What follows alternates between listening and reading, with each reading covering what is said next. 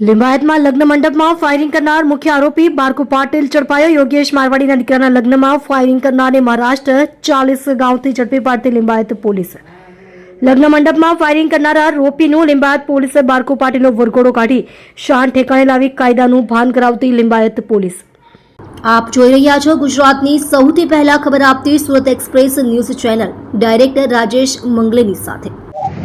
ગત 19/2/2026 રોજ સદર જગ્યાએ યોગેશ મારવાડી નાઓના દીકરાના લગ્ન પ્રસંગ હોય, જે અનુસંધાને યોગેશ મારવાડી અને તેમનો મિત્ર અજય ઉર્ફે પિન્ટુ રામસિંહ ગિરાસે નાઓ અહીંયા વાતચીત કરતા હોય તે સમયે સદર આરોપી આવી ગયેલો હોય અને તેમના ભાઈ તેમને એવો આરોપ છે કે સદર મરનાર આરોપીનો ભાઈ છે એનું મદદ થયેલું હતું, જે અનુસંધાને અંગત અદાવતમાં તેમણે અજય ઉર્ફે પિન્ટુ ગિરાસે નાઓના ઉપર પોતાના પાસે રહેલ ગેરકાયદેસર કટ્ટાથી ફાયરિંગ કરેલું, જમણા પગમાં ફાયરિંગ કરી અને જે તે વખતે ગુનાવાળી જગ્યાએથી નાસી ગયેલ અને એક આરોપી પકડી પાડેલ। ત્યારબાદ મહેરબાન પોલીસ કમિશનર શ્રી સેક્ટર 1 સાહેબ, ઝોન 2 સાહેબ અને મદદનીશ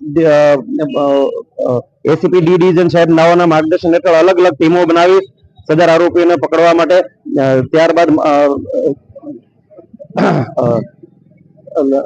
મહારાષ્ટ્ર ખાતેથી આપણને બાતમી મળેલ હતી કે તે 40 ગાંવ જગ્યાએ એક જગ્યાએ આવવાનો હોય, જેના આધારે ટેકનિકલ વર્કઆઉટ અને હ્યુમન સોર્સના આધારે સદર આરોપીને મહારાષ્ટ્ર જિલ્લાના જલગાંવ ખાતેથી 40 ગાંવ નામના એક જગ્યાએથી સદર આરોપીને પકડી પાડેલ છે અને પકડીને કાયદેસરની કાર્યવાહી કરી અને સદર ગુનાવાળી જગ્યાએ લાવી તેમનું રિકન્સ્ટ્રક્શન કરવામાં આવેલ છે। એના ઉપર કેટલા ગુનાઓ નોંધાયેલા છે? સદર આરોપીઓ ઉપર 34 જેટલા લૂંટ, murder, attempt two murder, robbery, snatching, firing ના અસંખ્ય ગુનાઓ નોંધાયેલા હોય અને જે અનુસંધાને તેને લાવીને કાયદામાં રહેશો તો ફાયદામાં રહેશો, તેમજ ગુનાવાળી જગ્યાએ લાવીને રિકન્સ્ટ્રક્શન પંચનામું કરવામાં આવેલ છે। ગુનાખોરી કરનારાને શું ચેતવણી આપવા માંગો છો? ગુજરાત સરકાર શ્રી તેમજ નાયબ મુખ્યમંત્રી શ્રી તેમજ મહેરબાન પોલીસ સ્ટેશન કમિશનર સાહેબ શ્રી નાઓ તરફથી તમામ આરોપીઓને સૂચના છે કે જો તમે કાયદામાં રહેશો તો ફાયદામાં રહેશો, કોઈ પણ ચમરબંધી હોય કોઈને પણ છોડવામાં આવશે નહીં અને કડકમાં કડક પગલાઓ લેવામાં આવશે।